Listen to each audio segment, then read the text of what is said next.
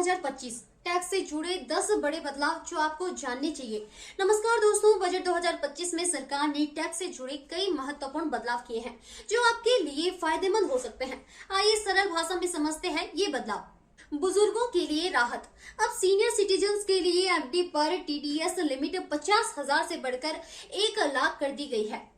मकान किराए पर टीडीएस की लिमिट को 2.5 लाख से बढ़ाकर 6 लाख किया गया है। इससे किराएदारों और मकान मालिकों को राहत मिलेगी।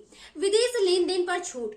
आरबीआई की रिमिटेंस स्कीम के तहत टीसीएस छूट की सीमा 7 लाख से बढ़ाकर 10 लाख कर दी गई है। छोटी आय वालों को राहत। 4 लाख रुपए तक की आय अब पूरी तरह इनकम टैक्स के दायरे से बाहर हो गई है। 12 लाख तक की आय पर राहत। रिबेट के जरिए 12 लाख तक की आय पर टैक्स छूट दी गई है। ITR update. अब 4 साल पुराने इनकम टैक्स रिटर्न को भी अपडेट करने की सुविधा दी गई है। Standard deduction. 12 लाख तक की टैक्स छूट के अलावा 75,000 रुपए का स्टैंडर्ड डिडक्शन भी जोड़ा गया है। नई टैक्स स्लैब।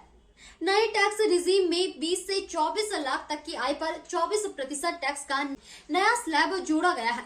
बुजुर्गों को खास सुविधा। 10 लाख तक की आय वाले सीनियर सिटीजन्स को अब आईटीआर फाइल करने की जरूरत नहीं है। मध्यम वर्ग को राहत। बजट में मध्यम वर्ग को ध्यान में रखते हुए टैक्स छूट में कई बड़े बदलाव किए गए हैं। ये बजट आम आदमी और बुजुर्गों दोनों के लिए राहत भरा साबित हो सकता है। आपको इन बदलावों को ध्यान में रखकर अपनी फाइनेंशियल प्लानिंग करनी चाहिए।